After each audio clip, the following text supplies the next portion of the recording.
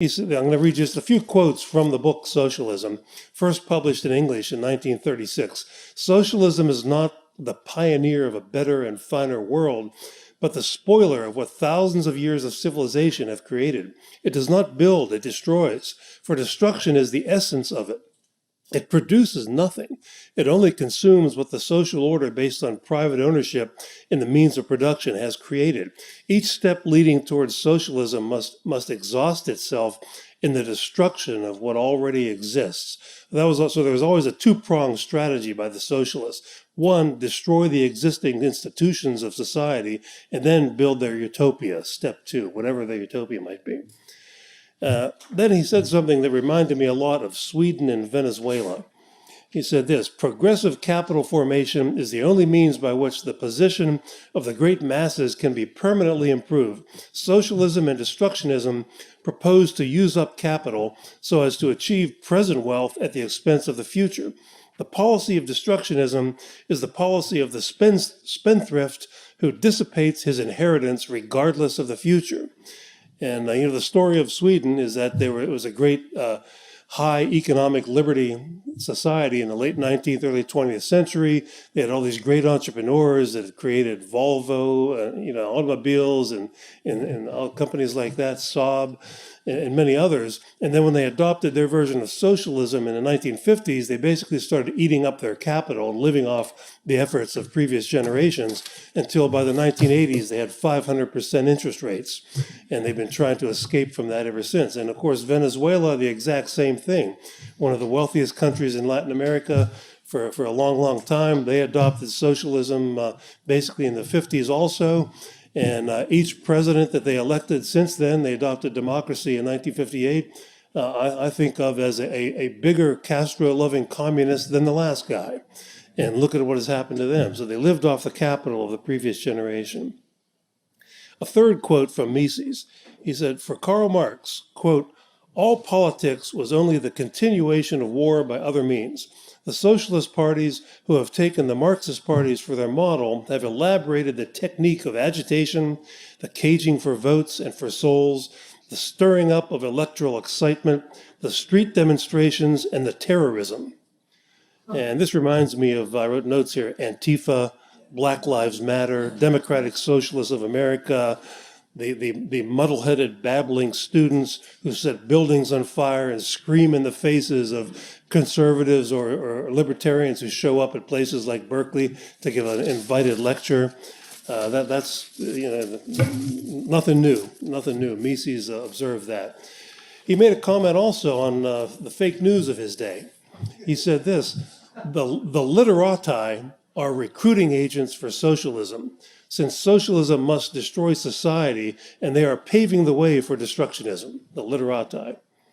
He also made a comment that I put in the politically correct category of commentary. He said this: peoples which have hailed with great enthusiasm writings which call for the destruction of all cultural values are themselves on the verge of a great social catastrophe. So he was criticizing what today we would call political correctness. And then he sort of concludes that our whole life is so given over to destructionism that one can name hardly a field into which it has not penetrated. Social art, he put quotation marks over social. Social art preaches it, schools teach it, the churches disseminate it. And so that's destructionism. And of course, he talks about the methods. He says, I'm going to have a brief discussion of some of the methods of destructionism. And this is 1922. Labor legislation, compulsory social insurance, unemployment insurance, nationalization, taxation, and inflation is what he writes about. And of course, in his day, he was also commenting on, if you look at the Communist Manifesto, which I use in a class. I have a class I teach called Capitalism and Its Critics, and I've had students read the Communist Manifesto and then the works by socialism, the book Socialism, and go back and forth, the good guys and the bad guys. Read this. And one of my students told me, this is the fourth time I've been assigned the Communist Manifesto, but this is the first time it wasn't looked at as a roadmap to the future. It was very, very different. It's a true story.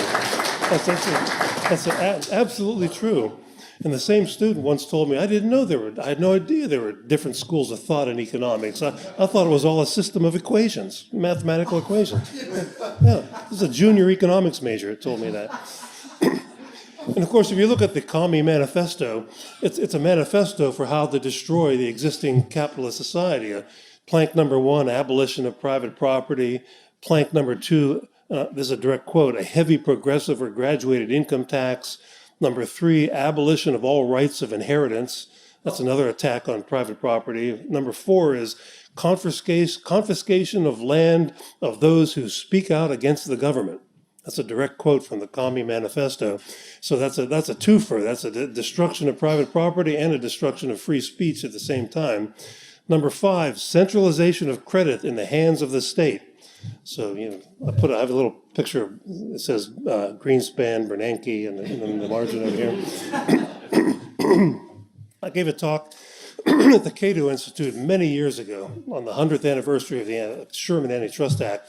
And for some reason, Alan Greenspan came up, and I remember mentioning that I read one of Greenspan's old articles on antitrust from one of his Ayn Rand days, and I commented that, well, that's before he became a central planner.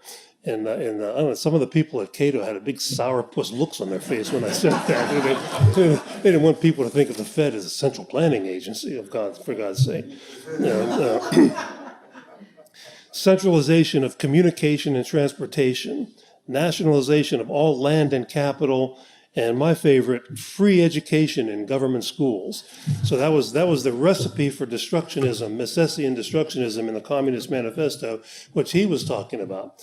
And of course, in our day, it's a little different. The methods of destructionism, we've adopted all these things. It's all, in the United States, we've got every one of these things to some extent. We've adopted them, but we're going even further today. We're much further today.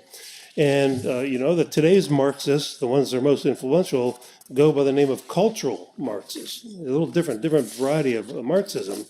And as I've said before, after the worldwide collapse of socialism in the late 80s and early 90s, there was a conundrum among the Marxists. What are we going to do now?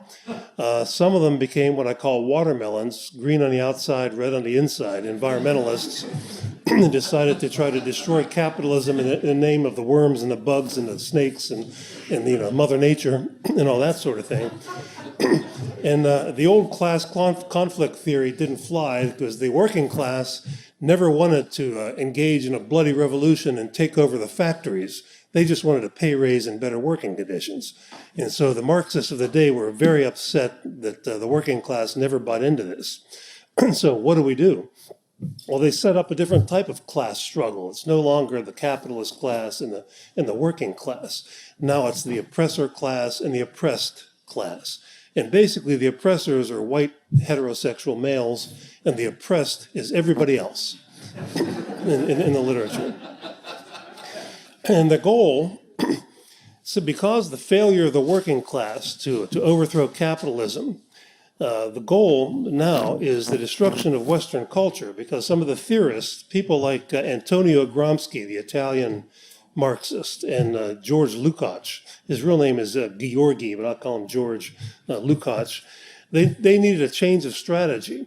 And their theory was that the reason why the working class did not embrace Marxist revolutions was that Western culture and Christianity blinded them to the Marxist truth. They claimed that the combination of Western culture, which of course would include classical liberalism, the philosophy of classical liberalism, and the institutions of capitalism themselves, and Christianity, created what Lukács called a hegemonic power which maintains the consent to the capitalist order. So he said the working class was too attached to Western culture and too attached to Christianity to be able to be convinced into destroying the capitalist order. Therefore, we must destroy Western culture and destroy Christianity. And otherwise, we will never be able to have our cultural revolution. And one good thing that Mussolini did is he imprisoned Gramsci. So he said, we give him a hat tip to Benito Mussolini for doing that after he started saying things like this. And of course, Gramsci is known for Western culture and Christianity must be destroyed by a long march through the institutions of schools, media, churches, entertainment industry, etc. And I began noticing this, the real success that the Gramsciites and the cultural Marxists were having in the 1980s, when that great intellectual giant Jesse Jackson led a group of 500 or so chanting students at Stanford. They were chanting, "Hey, hey, ho, ho, Western cultures, Western civ has got to go." At the time, Stanford University was teaching a course in Western civilization, and they wanted to get rid of it, which they did. They got rid of it, and they replaced it with a course called Race, Class, and Gender Studies. And so they succeeded in that. Around the same time, there's a wealthy oil family from Texas, the Bass family, gave $20 million to Yale University, which was sort of the family alma mater there, and to endow some professorships in teaching various aspects of Western civilization at Yale. And the faculty, not every single faculty member, but a big portion of the faculty revolted against this, and ended up they had to give the money back. They gave $20 million back. And at the time, it was the biggest donation ever in the history of Yale University, biggest private donation. So if there are any members of the Bass family watching, I'm looking at they're on the internet, send the money to the Mises Institute. If they're out there on the internet. So, we will have a degree granting program in all aspects of Western civilization, if you like. We could do that with $20 million. Okay, so Stanford replaced that. They gave the money back at Yale. The Yale faculty condemned